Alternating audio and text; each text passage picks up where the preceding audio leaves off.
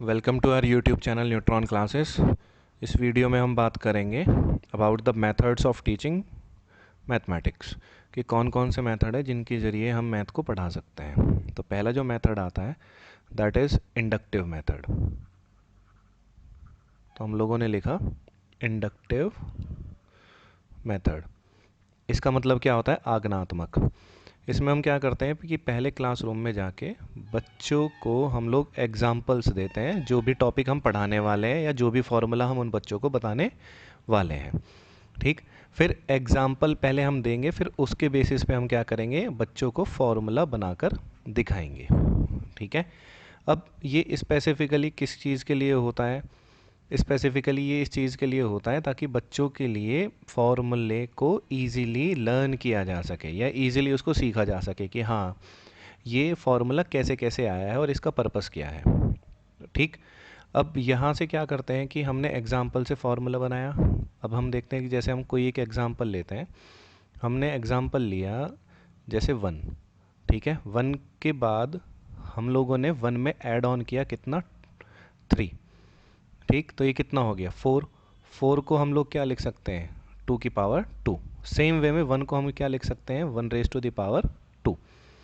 Next, अब हम क्या कर रहे हैं? ऑड नंबर्स की ऐड करेंगे। देन 1 प्लस 3 प्लस 5, ये कितना हो गया? 9। 9 को वी कैन राइट 3 का स्क्वायर।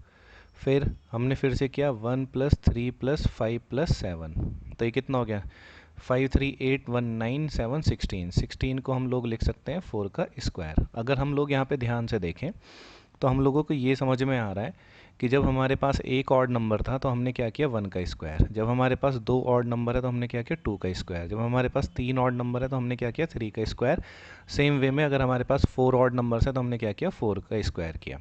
अगर यही ऑड नंबर्स हम लोगों के पास कितने होते हैं? nth ऑड नंबर्स होते हैं, तो सबका समीशन फिर कितना हो जाएगा? ये हो जाएगा एन स्क्वायर।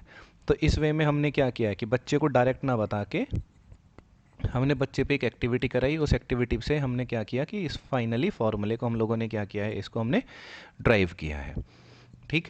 अब इससे क्या होता है कि इंडक्टिव मेथड से बेनिफिट्स क्या है? बेनिफिट्स ये है कि जो बच्चों का जो थिंकिंग प्रोसेस है, ठीक है, जो बच्चे का थिंकिंग प्रोसेस है वो क्या होता है? वो बच्चे का इम्प्रूव होता है और उसके साथ साथ हम ही क्या कर सकते हैं? उसको डेवलप भी कर सकते हैं। ये तो इसके क्या है? एडवांटेज। लेकिन इसके लिमिटेशन क्या है? लिमिटेशन ये है, या इसको बोल सकते हैं डिसएडवांटेज इसका क्या है कि ये एक टाइम टेकिंग प्रोसेस है। ये क्या है? एक टाइम टेकिंग प्रोसेस हो गया है ये। ठीक। अब टाइम टेकिंग क्या है कि हमें बच्चों को ये एक्टिविटी करानी पड़ रही है, तो ये एक्टिविटी करा रहे हैं तो उसमें क्या है कि हमारा टाइम क्या हो रहा है? कंज्यूम हो रहा है। हम बच्चे को डायरेक्ट बता सकते थे कि अगर एन ऑड नंबर्स हैं तो उनका जो समीशन का स्क्वायर समीशन रहेगा वो कितना रहेगा? नंबर ऑफ ऑड नंबर जितने भी हैं उसका क्या कर देंगे? Whole square. ठीक। सेकंड जो मेथड आता है हम लोगों के पास that is deductive method. Deductive method का मतलब क्या होता है? निगनात्मक। इसमें क्या होता है कि पहले हम इसमें बच्चे को फॉर्मूला बता देते हैं। ठीक है। फॉर्मूले से हम क्या करेंगे? फॉर्मूले से ही फिर हम उनको एग्जाम्पल सॉल्व कराते हैं। तो देखो दोनों में डिफरेंस क्या है कि पहले हमने इसमें एग्जाम्पल से फॉर्मूले को ड्राइव किया है, इसमें हम फॉर्मूले की हेल्प से डायरेक्ट बच्चे को क्या बता रहे हैं? एग्जाम्पल बता देते हैं। ठीक है। अब ये वाला जो मेथड है यही काफ़ी ज़्यादा फेमस है इन स्कूल्स। तो ये जो मेथड है फेमस इन स्कूल्स, ये बच्चों में बहुत, स्कूल में आजकल ये बहुत ज़्यादा फेमस है। ठीक। अब इसका क्या होता है इस वाले से, जैसे कि अब हम यहाँ से क्या कर सकते हैं कि ये भी बोल सकते हैं इसको कि ये अपोजिट है। किसका? Opposite to inductive method. Inductive method का ये क्या है? अपोजिट है। ठीक है, वो हमें दिख रहा है, उसमें एग्जाम्पल से फॉर्मूले की तरफ गए थे। इसमें क्या है? हम फॉर्मूले से एग्जाम्पल की तरफ जा रहे हैं। ये वाला जो मेथड है, ये मेथड जो है ये कम एज वालों बच्चों के लिए नहीं है। इसे हम क्या करेंगे? अपर प्राइमरी लेवल पे हम इसका यूज़ करते हैं। ठीक है, तो हमने लिखा अपर प्राइमरी लेवल पर इसका क्या करते हैं? हम यूज़ करते हैं। ठीक है। इसका हम क्या करेंगे? लोअर प्राइमरी लेवल पे यूज़ करेंगे, क्योंकि हम बच्चों को पहले समझाना चाहेंगे। अब वो इसको जब चीज़ को पढ़ के आ चुके होंगे तो जब वो हायर क्लासेस में जाएंगे तो हायर क्लासेस में हम उनको डायरेक्ट फार्मूला बता सकते हैं। तो ये हमारे पास कौन सा है? This method is known as deductive method. ठीक। अब इसके बाद जो हमारे पास आता है नेक्स्ट जो मेथड है that is problem solving method. Problem solving method, या इसका दूसरा नाम क्या है, प्रोजेक्ट मेथड, जिसको हम क्या बोल रहे हैं, समस्या समाधान विधि या परियोजना। ठीक है। अब ये वाला मेथड भी क्या है कि ये वाला मेथड भी काफ़ी फेमस है स्कूल्स में, फेमस इन स्कूल्स, क्योंकि आजकल हम देखते हैं कि हर एक स्कूल क्या कर रहा है, प्रोजेक्ट बनवाता है बच्चों से। ठीक है, या उनको कोई प्रॉब्लम दे देता है कि इसका सॉल्यूशन लेके आओ। ठीक, काफ़ी स्कूल्स इसका याद क्या करते हैं, यूज़ करते हैं। अब जो प्रोजेक्ट जो हमने दिया है बच्चों को, जो प्रोजेक्ट हम बच्चों को देते हैं, उसका जो टॉपिक होना चाहिए, इसमें ये चीज़ याद रखनी है, उसका जो टॉपिक होना चाहिए that should be original, original हो, साथ के साथ वो रियल लाइफ से अटैच होना चाहिए। ठीक है, रियल लाइफ से वो कनेक्टेड होना चाहिए।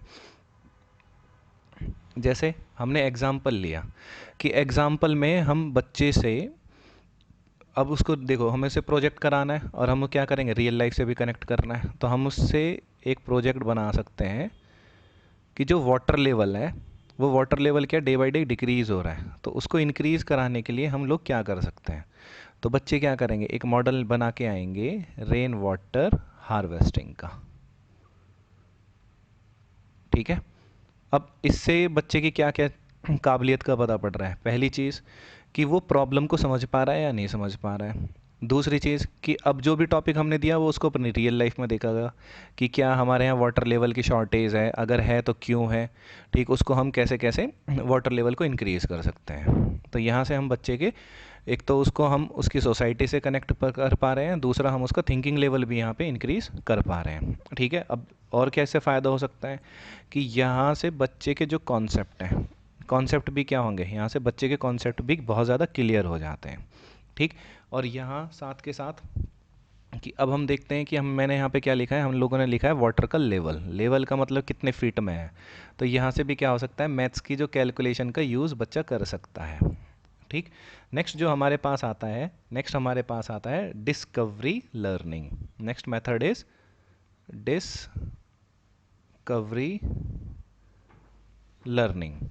डिस्कवरी लर्निंग में क्या है, खोजपूर्ण अधिगमन। इसमें क्या करते हैं कि मैथमेटिकल फॉर्मूले को डिस्कवर करते हैं। तो हम लोगों ने लिखा है यहाँ पे डिस्कवर द मैथमेटिकल फॉर्मूला। जो मैथ्स के फॉर्मूले होते हैं उनको हम क्या करते हैं, डिस्कवर करते हैं। जैसे कि ये वाला मेथड तो मेरे अकॉर्डिंग बहुत ही अच्छा मेथड है। इसमें क्या होता है कि हमने सपोज़ करो बच्चों को कुछ एग्जांपल दिए, और एग्जांपल में भी हमने उससे क्या कहा है कि हमने ना उनको डिफरेंट डिफरेंट ट्राइंगल दे दिए। एक ट्राइंगल ऐसे बना के दिया, एक ट्राइंगल ऐसे दे दिया। ठीक है, एक ट्राइंगल कुछ इस तरह से बना के हमने उसको दे दिया है। ठीक, कुछ ट्राइंगल हमने उसको ऐसे दे दिए। अब उनसे बोला कि सभी ट्राइंगल को प्रोटेक्टर की हेल्प से इनके एंगल्स को मेज़र करके लेके आओ घर से। जब बच्चे सभी ट्राइंगल के एंगल्स को मेज़र करके लेके आएंगे, तो पहले तो उन्हें पता है कि हाँ भाई ये ट्राइंगल है। अब ट्राइंगल है तो इसका मतलब क्या है कि इसमें 3 एंगल रहे होंगे। तो हमने बोला कि a triangle, A angle, B angle और सी एंगल सभी के लिए ऐड करके लेके आओ, सभी का सम। तो बच्चे को पता पड़ेगा कि जब उन्होंने सभी ट्राइंगल का सम करके लेके, सभी ट्राइंगल के एंगल्स का सम करके लेके आए, तो उन्होंने देखा यहाँ भी 180 डिग्री आ रहा है, यहाँ भी 180 डिग्री आ रहा है, यहाँ भी 180 डिग्री आ रहा है, और यहाँ पर भी क्या है 180 डिग्री आ रहा है। तो बच्चों को यहीं से एक फॉर्मूला पता पड़ जाएगा, that is the sum of angles of a triangle is 180 degree. तो इसमें क्या कर रहा है कि बच्चा डिस्कवर कर रहा है मैथ के फॉर्मूले को। ना तो हमने उसे कोई एग्जाम्पल दे के बताया है, ना ही हमने उसको कोई फॉर्मूला बताया है पहले से ही। बच्चा खुद ही कर रहा है और खुद इन्वॉल्वमेंट लेके इस एक्टिविटी में वो खुद ही फाइंड आउट कर रहा है। लेकिन ये क्या है, ये एक्टिविटी क्या है, ये टाइम टेकिंग एक्टिविटी है। ये ध्यान रखना, this is a time taking activity. लेकिन क्या है कि बच्चे के कॉन्सेप्ट बहुत अच्छे हो जाएंगे इससे, लाइफ लॉन्ग उसको ये चीज़ें क्या रहेंगी, याद रहेंगी। नेक्स्ट जो आता है हमारे पास, fifth is role play. Role play में क्या होता है, भूमिका निर्वाह। अब रोल प्ले में क्या करेगा, जैसे क्लासरूम है। ठीक है, अब क्लासरूम में हम क्या कर सकते हैं कि हर एक बच्चे से कोई ना कोई डेली लाइफ से रिलेटेड रोल प्ले करा सकते हैं। ठीक, अब जैसे हमने क्या किया कि क्लासरूम को हमने कर दिया मार्केट प्लेस। जब हमने उसको मार्केट प्लेस बना दिया, तो मार्केट प्लेस में क्या होगा, एक तो होगा शॉपकीपर हो गया। ठीक है, और यहाँ से क्या हो गया, यहाँ से कस्टमर हो गया। तो किसी बच्चे को तो शॉपकीपर बना देंगे और किसी बच्चे को क्या करेंगे, कस्टमर। अब इसकी हेल्प से क्या करेगा कि यहाँ से सामान लेने जाएगा, बदले में इसे पैसे देगा, जो बैलेंस होगा वो शॉपकीपर कंज्यूमर को देगा। तो अब इससे फ़ायदा क्या है कि इससे जो बच्चा है, बच्चा सिंपल मैथ को समझ पा रहा है, जैसे कि वो यहाँ से एडिशन को समझ पा रहा है, यहाँ से सब्ट्रैक्शन को वो ईजिली समझ पाएगा। ठीक है। अब इसमें क्या होता है कि बच्चे का इसमें एक्टिव पार्टिसिपेशन होता है, एक्टिव पार्टिसिपेशन ऑफ चाइल्ड, बच्चे का एक्टिव पार्टिसिपेशन रहेगा इसमें। ठीक है। और ये हेल्पफुल भी किस में है, जो लोअर क्लासेस हैं वहाँ पर ये क्या है, बहुत ज़्यादा हेल्पफुल भी रहता है। ठीक है। नेक्स्ट हमारे पास क्या आता है कि अब नेक्स्ट इज़ मैथ्स लैब। अब मैथ्स लैब क्या है कि ज़्यादातर स्कूल्स में मैथ्स लैब अब कंपलसरी है, वैसे तो कंपलसरी ही हो गई है, लेकिन अभी भी कुछ स्कूल्स ऐसे हैं जहाँ पे कि मैथ्स लैब क्या है, वो अच्छे ढंग से चलाई नहीं जा रही है। अब मैथ्स लैब से फ़ायदा क्या होता है कि मैथ्स लैब से जो बच्चे के जो कॉन्सेप्ट हैं वो क्या होते हैं, वो बिल्कुल क्लियर हो जाते हैं। कैसे होते हैं कि हमने बच्चे को, मैथ्स लैब में क्या होता है कि हम बच्चे को एक्टिविटी परफॉर्म कराते हैं। ठीक है। अब एक्टिविटी परफॉर्म कराएंगे तो बच्चे क्या करेंगे, लर्निंग बाय डूइंग, यानी कि वो वहाँ पे करके सीखेंगे सारी चीज़ों को। ठीक है। अब इसमें कैसे कैसे सीखते हैं, जैसे इसमें कुछ क्या होता है कि जो मैथ्स लैब होता है उसमें एक सॉफ्टवेयर होता है। सॉफ्टवेयर में क्या है कि हम लोग सॉफ्टवेयर की हेल्प से सिमुलेशन होती है, सिमुलेशन की हेल्प से हम किसी भी चीज़ को बच्चे को ईजिली सिखा सकते हैं। अब मैथ्स लैब में एक्टिविटीज़ क्या क्या इन्वॉल्व है, जैसे एक्टिविटीज़ इन्वॉल्व हो जाती हैं उसमें स्क्वायर को प्रूफ करना कि उसके चारों साइड बराबर हैं या नहीं है, तो वहाँ बच्चा मेज़र करेगा। ये लोअर क्लासेस के लिए बहुत ज़्यादा हेल्पफुल है ये वाली चीज़। ठीक है। बच्चे को हम वहाँ पे ग्राफ भी समझा सकते हैं, बच्चे को वहाँ पर हम क्या शेप भी दिखा सकते हैं डिफरेंट डिफरेंट टाइप्स की। ठीक। बच्चे को हमने, जैसे हमारे पास टूल्स थे, डिफरेंट डिफरेंट टाइप्स के जो टूल्स हुआ करते थे, जिसमें क्या होता है कि डॉट पेपर था हम लोगों के पास। ठीक। हमारे पास पेपर फोल्डिंग एक्टिविटीज़ होती है। ठीक है। हमारे पास क्या अलजेब्रा टाइल्स हैं, वो सभी मैथ्स लैब में इजीली अवेलेबल्स होती हैं।